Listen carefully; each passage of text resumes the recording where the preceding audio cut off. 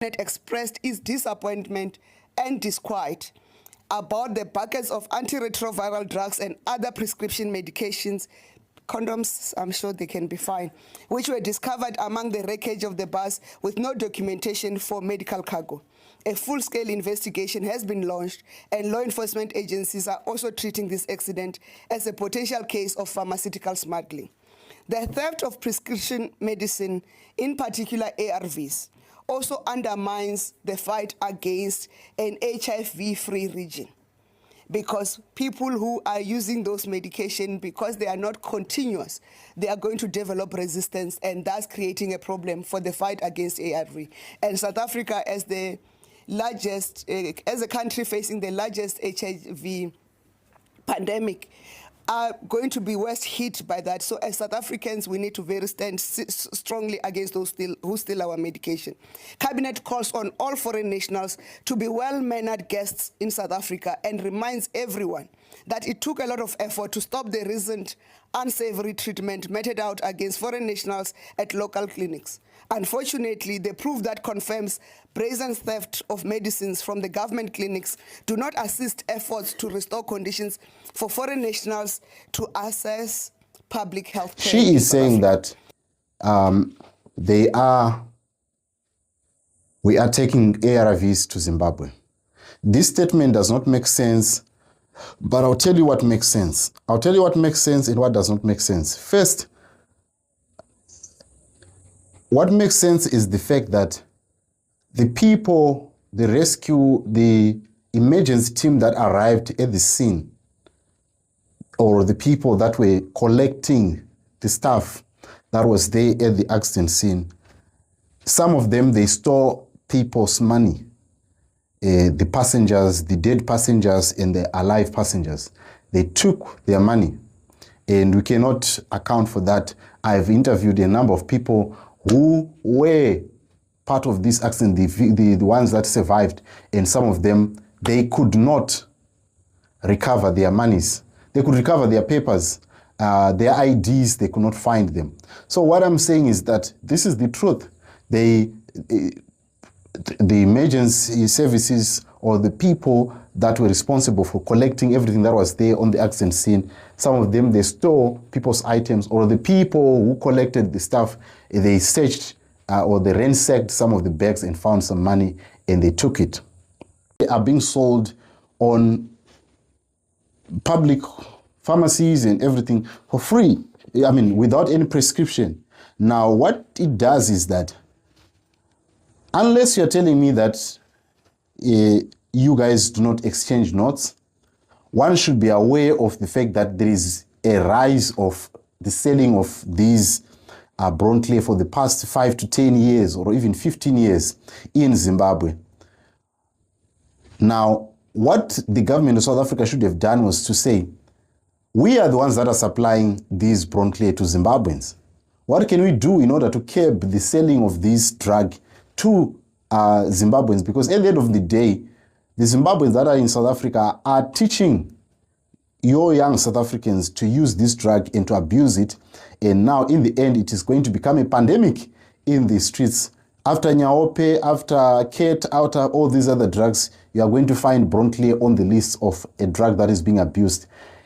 But what people need to understand is that now, the minister is overlooking all these things, but it will create a problem if the health minister is not going to act upon the fact that there is need for them to say, you cannot get Bronclair over the counter without prescription, because it is now a drug, because it has got codeine. And several articles have been written about this, that codeine containing drugs are now banned in Zimbabwe. So what I expect to see is stopping these people from selling these drugs over the counter, because once you do that, you're creating a very huge market for people to buy and come and sell them to Zimbabweans. So that is what Khumbudzo Ntshsveni should be focusing on, rather than saying or blaming foreigners to say they are the ones that are selling these drugs and other stuff. Because at the end of the day, you are going to see, one, black market ARVs.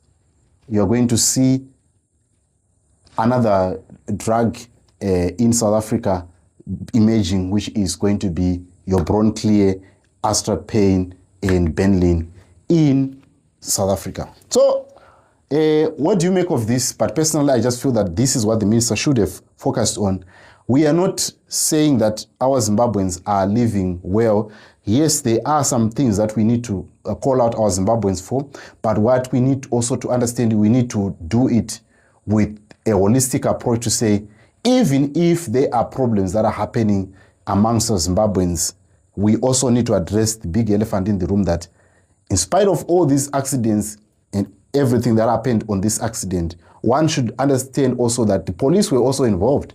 They were collecting bribes all the way from PE, and they were not caring about the lives that were going to be lost on this bus. So, and this is a common phenomenon. Buses are just passing with overloads, and what they only do is that they pay chocho and then they go. They pay chocho and they go. Unless that is stopped to say every bus must go through a weight bridge and must be searched thoroughly before it leaves, probably before it gets to Polokwane. There's weight bridges on the way. It must be searched. It must be searched thoroughly, go through the cameras and see if it has got overload. Those people must be taken off the bus, and the bus, they can board another bus. But because the police are also involved in this corruption, then you have a problem.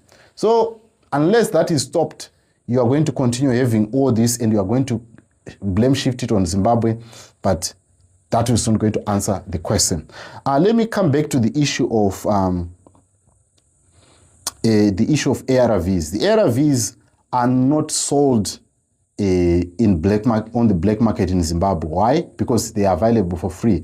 They are the same as condoms and other stuff. So you cannot come here to Zimbabwe. It's not sensible. It does not make any sense for you to come and sell to a populace that has got access to free ARVs. It does not make sense.